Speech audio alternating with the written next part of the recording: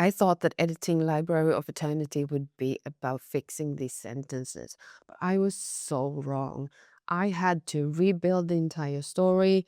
I had to rework character arcs. And in this video, I want to share everything I learned when I edited Library of Eternity so that you don't make the same mistakes that I did. And stick around to the end because there is a key insight here, something that I did that made all the difference when it came to how much the book sold the first month after release. Hello, my name is Natalie. I'm an author and a growth marketer, and on this channel, I talk about writing, productivity, and how to build an author life that is sustainable long term. So the idea for the Library of Eternity actually came from a writing prompt that I had when I was studying how to write fantasy literature at university, and it was just such a fun and engaging prompt that we got. And I did not think that this prompt would end up becoming an entire book. I just wrote it and had so much fun writing it because it was set in the same world as a dark academia fantasy series that I am working on and will be releasing later this year, the first book. Um, so it was set in the same universe, and I was exploring. I was just having fun, as you should when you're writing. Um, but you know, everything was so crystal clear to me that I just kept on building on it and realized that, oh my God, this is an entire book. And then I started planning it using the 7 plot point system, which is my favorite story structure technique. I will be doing a deep dive on that later, so subscribe to my channel if you want to hear about that. But this story is actually it's basically we followed 3 different POVs, so I wanted it to be multiple stories layered, and that we were following different characters, which made it both very fun and interesting, but also a bit harder to write because I had to use the 7 plot point system, and the character arcs and like plan them so that they had to intertwine, but not and overlap at times, but not like come in the way of each other. I'm not sure how to explain it without spoiling the story, but this made like the planning of the story a lot more important. And I'm glad I had a system to use when I planned the book because otherwise it would never have become this good. And I wrote the manuscript fairly fast. I was writing and studying full time back then, so I think I wrote it in a few months. Then I laid it to rest for a while until I was working on other projects. But then I edited it and sent it to my beta readers and an editor. And I think this was like the first reality check. First of all, I think in the middle of the story, um, like the beta readers basically forgot about one of the characters because I was only doing each and every single chapter. Like the two chapter was character A and B, and the character C wasn't there. So a big learning for me, getting the feedback from beta readers and from my editor, was the fact that I needed to restructure the entire novel.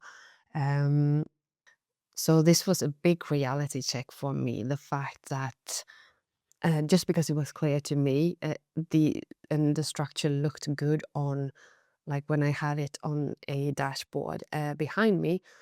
Once reading it as a reader, like it didn't flow the way we wanted it, the way I wanted it to. I had to pinpoint what was confusing, what needed uh, elaborating, like where I needed to focus more on world building, where I needed to focus more on, um, the reader understanding what the character wanted and stuff like that. So I did that, pinpointed everything that needed editing, and went on to the next phase, which was the rebuilding of the entire story. Since this is a quite a complex plot with like so many threads and layers, the rebuilding was actually it was harder than it usually is. Usually I just have like one storyline, but now it was like I had multiple, since it is a portal fantasy which takes place in multiple dimensions. Um, so I went back to the drawing board and put out all of the chapters in the entire book on a huge digital canvas. I think I used Miro, um, or maybe I used Freeform. I don't remember. But put out every single chapter, and then I used Story Genius, the technique from Story Genius, to make sure that each and every single chapter had like it had a reason to be there. It had to fight for its right to stay. And if you haven't read Story Genius, I highly recommend it. It's one of the best books on how to create good and engaging scenes using scene cards. I will link the video where I talk about it in the description box so that you can check it out. But I love Story Genius, the way it helps you create better scenes. So I used that to make sure that each and every single scene actually mattered for the story. But I also had like moved around each and every single scene card so that the story would flow better, and we would still get suspense, because I couldn't have uh, like the midpoint for one character. Yeah, that could be in the middle of the story, but the midpoint for another character had to be at some other point, because otherwise, like, yeah, the story structure would be too similar and that would be boring for the reader. So I had to make sure that when it was going a bit slower for one character, there was more suspense with another, so that I could use the technique of like small cliffhangers, or what to call it. Um, and I think that that was actually what made the story so much better. The fact that I took the time to really restructure everything and rebuild everything. And once I'd done that, I let the manuscript rest for some time again, because I wanted to reread it as a reader and see if it actually held up. And I felt like it really did. So this is when I moved on to the next step, which was professional edits. And I had another editor at the time who helped me make the story even better, and who actually said that it was a really good story. It was ready for publishing, which made me so happy, because I felt that way. But like for me, one thing that happens when I read my own text is that, if I don't know, but I know my stories so well that like sometimes my brain will fill in the blanks when it comes to grammar, and sometimes I think also when it comes to world building and stuff like that. So it's very important for me to hear that someone else says, "Yeah, it's ready," um, and it was. So I went through the professional edits. I went through proofreading. But when it came to the cover, so Library of Eternity, the Swedish version, was originally meant to be published at a traditional publisher, but things happened and it didn't go that way. But when I was talking to the, and if you want to know what happened, I will link that video in the description as well. But when we were in discussions about the cover, like that editor said no, that publisher said that they wanted to go with a designer that was a bit cheaper.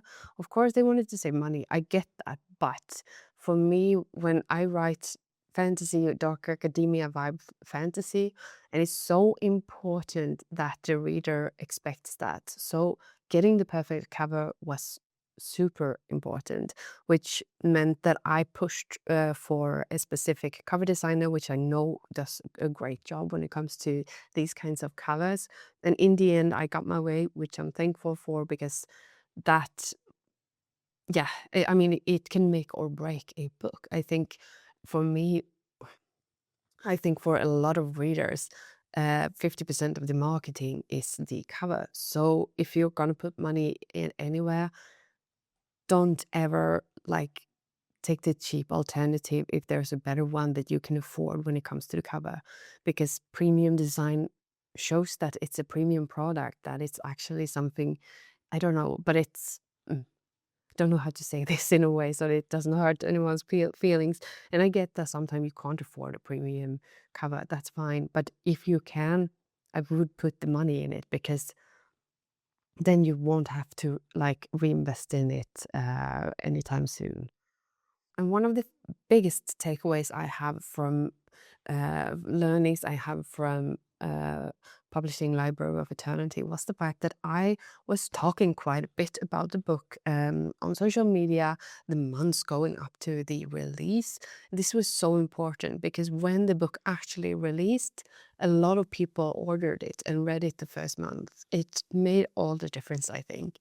At least on the Swedish market. I translated the book to English. Um, and was at first the plan was to use the same cover as the Swedish version, but when I ordered the proof copy for the Swedish version, I realized that the frame on the Swedish cover, it didn't look well on the English one. Like it was so easy that it got crooked and stuff like that. So I ended up ordering a new cover, which I'm really happy with. Um, and yeah, those are the things I learned from publishing Library of Eternity. I guess the most important lesson that I actually have is the fact that it's so important to do these hard edits and not trying to rush the process if you want something that will last a long time.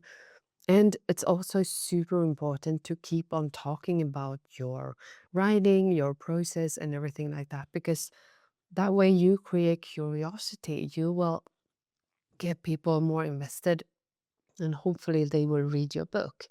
Um, so there's a lot of things to think of course, but also I think it's important for us to be brave. Like I didn't know if people would actually read the English version of the book, but now I have quite a few people who has added it to want to read on Goodreads. Now I'm so excited to finish the edits of The Forbidden Circle, which is a book series that takes place in the same universe, but it is not. It is this Library of Eternity is not in the same series. It's just a prequel in the same universe. So yeah, that's it. The biggest lesson I learned from editing Library of Eternity is this. Your first draft is not supposed to be perfect. It's supposed to show you what the book wants to become. That's all for today. Thank you so much for watching. Let me know in the comments if you have any questions about my writing process or about the book. Talk to you soon. Bye.